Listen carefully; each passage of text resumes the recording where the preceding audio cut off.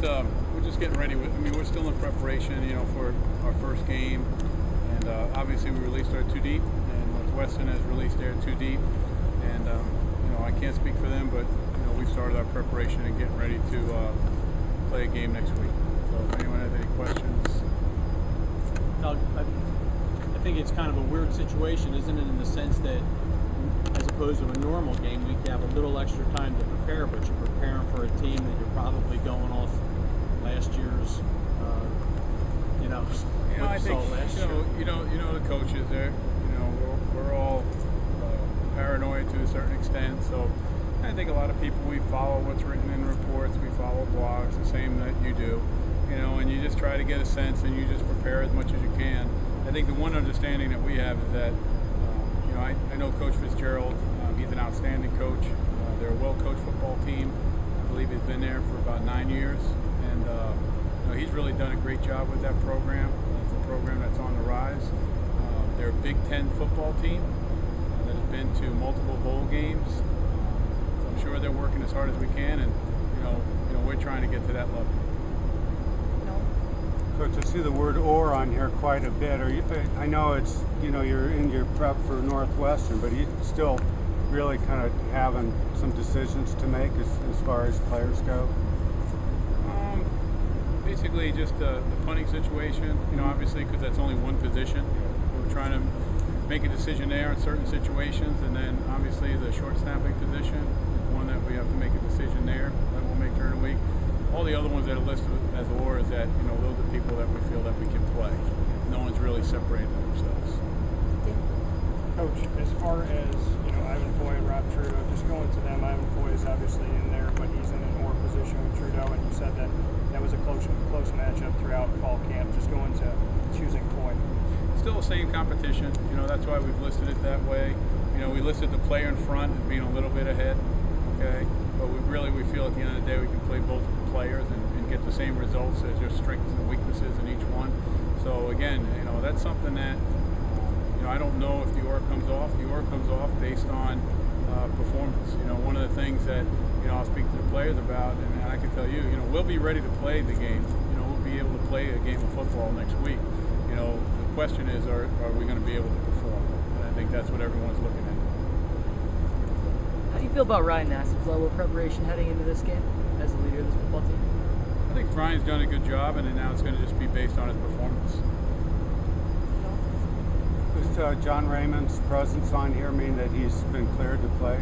We have not heard word yet. We'll come out with an announcement. We're planning on it, going according to the schedule. It's very easy for us to make the other transition for the player. So, the paperwork's filed from all sides. It's into the NCAA, and now we're just waiting for the decision by the NCAA. But as far as everything that Syracuse has to do and other, people that are involved with the situation, everything's been done from that end. John? Coach, running back battle, I know at some points no one had really emerged. What was it about Jerome Smith to get the starting nod? I just think consistency. He's done it more than everyone else. I think Prince has had a really good camp. I think he's done a nice job. So, I think it's one of those situations where we have quite a few players back there, and we'll see how it goes from week to week and how they perform. You'd expressed concerns over the past week or so over both conditioning and execution at times. Is any one of those more concerning than others? Well, I think now we should start getting our legs back. So we're looking at that. We had they look crisper, coming back. But I think pretty much everyone's going through that. That's been my message to the players. I think we had a very difficult camp as far as especially being on our feet quite a bit. Probably, I would say, of all the camps that we've had, we've been on our feet more in this camp. But that's what camp is. Camp's difficult, camp's hard, and a lot of people are going through it. I think they've seen a lot of kids push through, some nagging injuries. And now it's just a matter of making sure during the week I'll have a better idea of where we are conditioning-wise. Coach, some changes to the linebacking depth chart from preseason to now. What was it that led to Marquise getting the starting spot and moving Dan inside the middle? I can't remember the preseason, okay, or the spring. Okay, all I know is it's just based on performance on film, and that's all we went by. So, obviously, Dan's a player that we feel that can play, outside. He can play all three positions. Marquise is a player that has done well for us. Both are good football players. Both will be used quite a bit. Likewise, Coach, the evaluation of you got Jay back, but now it looks like Dion is staying at the tackle position. Right. Was that more the emergence of Marcus Pierce-Brewster, or more your comfort level of Dion back inside, or more insurance against Jay's health? I just think it gives us some flexibility. We have some more depth on the inside. I think that Dion has shown that he can move in and move out, getting concentrated in there. We feel very good about Jason Bromley with his past, and we feel good about him playing. Obviously this week, that's what our plan is. And Marcus Pierce-Brewster has really done a very good job at defensive end, along with Brandon Sharp, and then along with really Michael Robinson has had a good camp. So. Again, it's a situation where we have some depth, we have some guys that have played, there's some strengths and weaknesses and all, but at the end of the day, we feel we have more depth and we'll be able to play those players. Dan? Coach, you talked about Lou Alexander and how he's needed to come along throughout camp. He's here at the starting position. What made you ultimately make the decision to put him out there? Well, I love Lou, but Lou struggled at times in camp. And he knows that, and we've addressed that, so we're looking to get consistency out of him. And, right now he's the best player we have available to play out there, and we just have to make sure that he can play at a winning level for us. Lindsay? Coach, last week the players were saying they were starting to get excited, the butterflies. How much do you let them run with that excitement, or how much do you talk to them about keeping the emotions in check? Because it's the first game and there's a lot that goes into that. Well, it may not look at it, but I'm excited also. So, and I have butterflies too, and I think we all do. It's just a matter of controlling that and focusing that energy to the task at hand, and that's what we keep talking to the players about. A lot of that is generated by a lot of outside entities, meaning your family. We try to make sure that we're focused on the task at hand. So we talk to our players a lot about concentration. It's been very important. This week, we've started with a lot of academics, and school starts on Monday. So, what we're trying to do is make sure that when we go through academics and we go through school, that's what we're focusing on. And then when we come here, we're focusing on football. So we want to get off to a good start in knowing what the structure is and what we want to do as far as our discipline, and making sure that things that are going on outside the program don't affect the way we play or feel as we prepare for our upcoming opponent. Time for a couple That's more. including myself, too. Coach, true freshmen that have a good chance to get on the field early this season. Is Ashton Broyle in that mix? And I wondered about Ron Well, if you Thompson. name the freshmen, I'll be able to tell you. Ashton Broyle, yep, we expect him on the field. Ron Thompson. Ron Thompson, we don't. Ron Thompson's had a nagging injury, so we just keep evaluating that. So as right now, that's one that I really can't give you an answer to, knowing that, I'll tell you this about the kid though. He had a nagging injury, and he's really pushed himself through it. Now it's a matter of making sure that we're doing the right thing on our end, and our doctors have done a good job, and we're pulling him, resting him until we can evaluate what that injury is. Unless I get further information, that's pretty much all I have with him. But he was a player that, if he would not have been injured, would have been on the field also, most likely, from what I saw early on. Alex? Coach, obviously, you're going to see a lot of 4 or 5 wide sets. The secondary is going to be tested early. Some young guys getting in there. How comfortable are you with the secondary depth heading into this game? I feel good with it. I feel good. We got some good young kids back there that we're expecting to play. Kind of how Nolan's question was. I feel comfortable if Julian Wiggum has to play. I feel comfortable if Wayne Morgan has to play. We have 3 corners that have had a lot of experience. Brandon Reddish, Rashad Anderson, and Keandre Glenn. We have Shamarko Thomas, who we've been holding back a little bit just on contact, but he'll be ready to go full speed. We got 3 other safeties that have experience. 2 would have experience, 3 that we feel comfortable about. Richie Deshear has been playing quite a bit of football for us. Jeremy Wilkes will be starting. He's played a lot for us, and Darrell Eskridge, we're excited about, and he'll have his opportunity. But he's done a nice job on the field. Dan? Coach, working so closely with the tight ends, what ultimately made you select Beckett Wells over Davidson? Beckett, probably, in the beginning I was nervous. He had a couple of hampering, some injuries that have kept him in and out of practice a little bit. So I was nervous as far as, the availability of the player. Beckett and I spoke about that. I think he's done a very good job in the weight room with the trainers and the doctors, being able to get out there on the field. And then probably, in the past scrimmage, Wednesday night, he had an excellent scrimmage. Fort Drum, he played extremely well. So, he's been a good football player for us.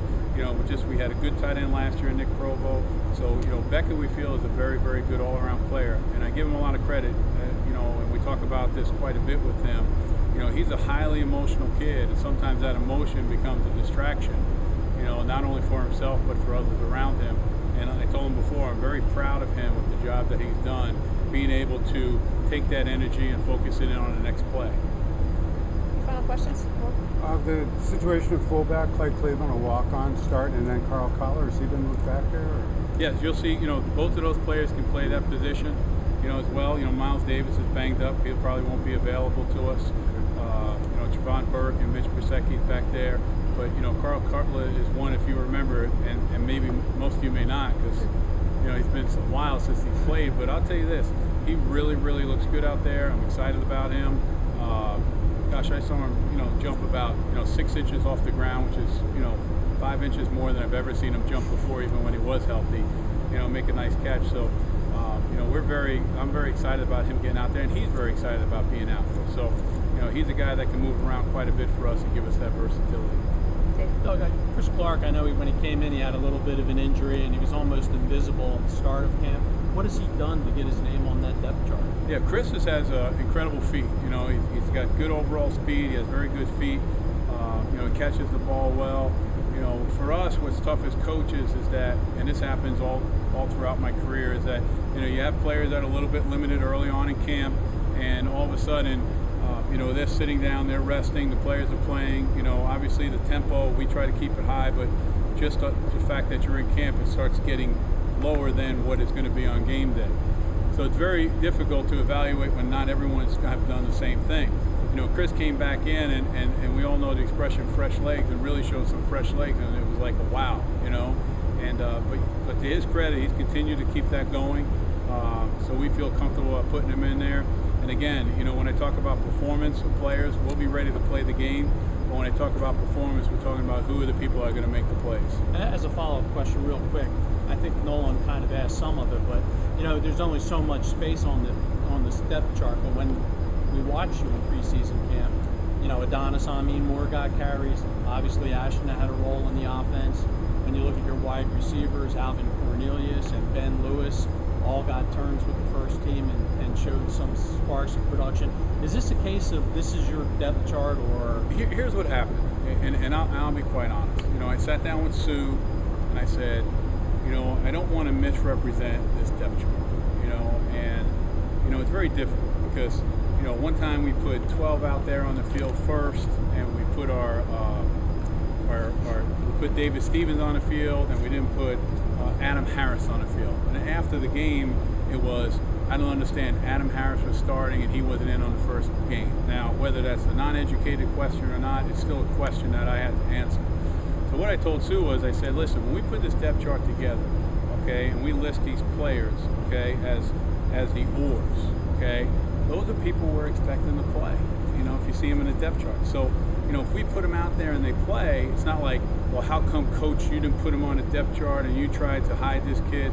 We're not hiding anything. The kids that are listed on this depth chart and the ones with the oars are ones that we expect to play. If they play, they play. If they don't play, it's not because we didn't feel comfortable about putting them in the game. And that's kind of the point I wanted to get out with the depth chart for everyone. I'm not hiding anything. We're not trying to trick anybody. These kids, they've deserved it, by film, and they've gone on, because it's like I asked Sue, I said, do I have to list just one or two players? And I asked her, I said, I'm going to play a couple of players at this position, and depending on how it goes, I'd rather list those players so the media and the people know that I'm expecting to play those players. Then I asked her, I said, well, should I just list the starters? I didn't know which way to go, and Sue really helped me out trying to make sure we give you guys as much information as possible. So you're welcome. Thank you. So does that mean you're not expecting Adonis Amin Moore to? I think he is. He's going to play. He's going to be in the mix. You know, we had the oars, and again, you know, each player, what happens is, one of the questions was, do you have a running back? Or do you have, if someone is that much better and possesses those skills, then obviously that player will be the starter. But for us right now, there's strengths and weaknesses, little different skills within each player, you know, as we keep acquiring depth of our football team. So, you know, I feel right now that there are 5 running backs that have the potential of playing for our football team that I feel comfortable about. You know, we moved Devontae McFarland to running back late in the year. Hindsight being 2020, I wish I would have moved Devontae earlier. He showed some good things, so we're going to go ahead and put him on the other field and really start training him. But he possesses very good skills, you know, for that position. The one thing that people have probably not have spoken to me about, but you know, Stephen Renee is someone that has also played that position there. So again, you know, everyone has seen them. They all have, you know, they all have strengths, you know, for themselves, and we're looking to make sure as a coaching staff that we use those strengths to the best of our ability to give us a chance. Final question, Kevin? Yeah, you mentioned Devontae McFarland and moving him from safety. What was it that you saw in him in his game that really made you decide, I've got to get him part of it? I struggled early on. I met with Devontae, you know, we meet with all the players and talk to them. I met with Devontae McFarland, and I really struggled. And what I saw at first was, you know, 6'1", 4'5", you know, 194 pounds that can run and hit. And I think those players are pretty tough to acquire, you know, at least for us from a defensive standpoint.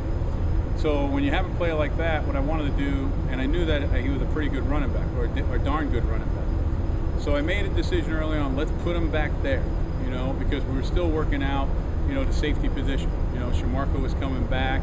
We had Jeremy Wilkes. We had, you know, Darrell Eskridge. We had Richie DeShear. You know, Dantes Ford was another big kid that we had back there. So to even out the depth chart, okay, and create competition, I wanted to put Devontae back there to see him.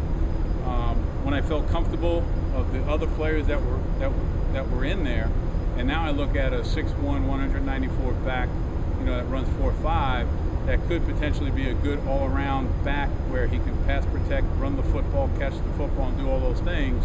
That's why we moved him over there now. We feel comfortable with our depth back there, and I think that he has the talent, and we'll see, you know, how he progresses and develops.